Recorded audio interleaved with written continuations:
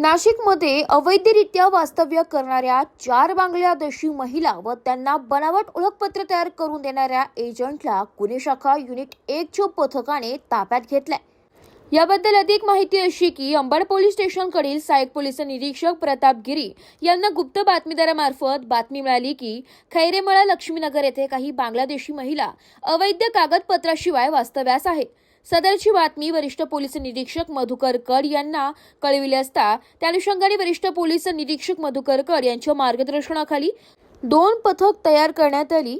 2 पथके तयार करण्यात आल्याने त्यात अंबड पोलीस ठाण्याकडील सहाय्यक पोलीस निरीक्षक प्रताप गिरी, महिला पोलीस उपनिरीक्षक सविता उंटे व गुन्हे शाखेतील पोलीस उपनिरीक्षक चेतन श्रीवंत, सुदाम सांगळे, गुन्हे शाखा युनिट क्रमांक 1 कडील पोलीस अंमलदार अशांनी मिळून दिनांक 20 जुलै रोजी खैरेमळा लक्ष्मीनगर, साईनगर, अमृतधाम, पंचवटी, नाशिक येथे छापा मारला असता तर सदर ठिकाणी 4 बांगलादेशी महिला ह्या कोणत्याही वैध कागदपत्राशिवाय भारत बांगलादेश सीमेवरील मोलकी अधिकाऱ्याचे लेखी परवानगीशिवाय घुसखोरीच्या मार्गाने भारतात प्रवेश करून नाशिक येथील खैरेमळा लक्ष्मीनगर, साईनगर, अमृतधाम, पंचवटी, नाशिक येथे अवैधरित्या वास्तव करीत असताना मिळून आल्या।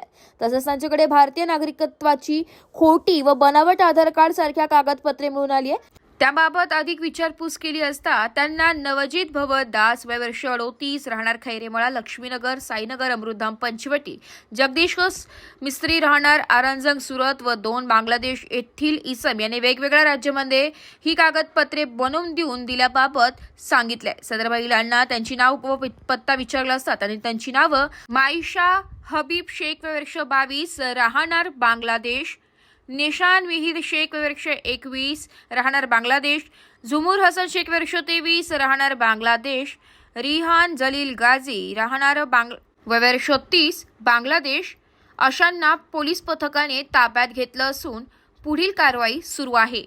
Bureau report, AB news, Nashik. Crime branch unit 1च्या पथकाला एक माहिती मिळाली की 4 महिला त्या बांगलादेशच्या आहेत, परंतु खोट्या डॉक्युमेंटवर नाशिक शहरात वास्तव्यास आहेत। या अनुषंगाने त्यांनी रेकी करून विशेष पथक तयार करून त्या ठिकाणी छापा मारला। तर त्या ठिकाणी असं आढळून आलं, अमृतधाम येथील एका पत्र्याच्या खोल्यामध्ये त्या 4 महिला राहत होत्या। एका पुरुष व्यक्तीने त्यांना इथे भाड्याने आणलेलं होतं। त्यांच्याकडे त्यांच्या डॉक्युमेंटची चौकशी केली असता त्यांच्याकडचे जे डॉक्युमेंट्स आहेत, आधार कार्ड सारखे, हे फेक डॉक्युमेंट आढळून आले। परत त्यांच्याविषयी गुन्हे शाखेच्या पथकानं अधिक चौकशी आणि तपास केल्यावर त्यांची खात्री पटली की ह्या 4ही महिला बांगलादेशी आहेत व आणखी एका व्यक्तीने, जो दास नावाचा व्यक्ती आहे, त्यांनी यांना खोटे डॉक्युमेंट बनवून दिले। यावरून या 4 व्यक्तींना, 4 महिलांना तसेच एक पुरुष यांना अटक करण्यात आलेली आहे आणि त्यांच्याविरुद्ध विविध कायद्यान्वये तसेच पारपत्र अधिनियम याच्यान्वये गुन्हा दाखल करण्यात आलेला आहे आणि पुढील तपास सुरू आहे। महिला किती वर्षाच्या आहेत, कुठल्या पद्धतीने त्या वास्तव्यात होत्या? त्या सुरत येथून इथे आलेल्या अशी प्राथमिक माहिती आहे। त्यातील 2 महिला 1 वर्षापासून या ठिकाणी आहेत आणि काही नुकतंच आल्याचं सांगत आहेत। परंतु नेमक्या त्या कधी आल्या, कुठल्या मार्गाने आल्या, त्यांच्याकडे आणखी इतर काही डॉक्युमेंट्स आहेत का किंवा त्यांचे आणखी इतर साथीदार आहेत का, याचा पुढील तपासामध्ये निष्पन्न होईल। ते नेमकं इथे शहरात राहत होते, त्यांचा नेमका पर्पज काय होता? ते फक्त वास्तव्यासाठी आले, ते काही गुन्हेगारी कारवाई त्यांच्या माध्यमातून होणार होती वगैरे? अजून तरी असं काही स्पष्ट नाही आहे। सध्या तरी परदेशी आहेत, बांगलादेशी आहेत आणि इंडियन, त्याच्याकडे कुठले व्हॅलिड डॉक्युमेंट नाही, एवढं क्लिअर आहे। नेमकं त्यांचा येण्याचा उद्देश काय होता, पर्पज काय होता, हे तपासामध्ये स्पष्ट होईल। सर, हे ज्या सगळे बांगलादेशी, या आधी पकडलेल्या बांगलादेशींचा त्यांचा काही संपर्क आहे का? यापूर्वी देखील अशा प्रकारचा एक गुन्हा दाखल झाला होता।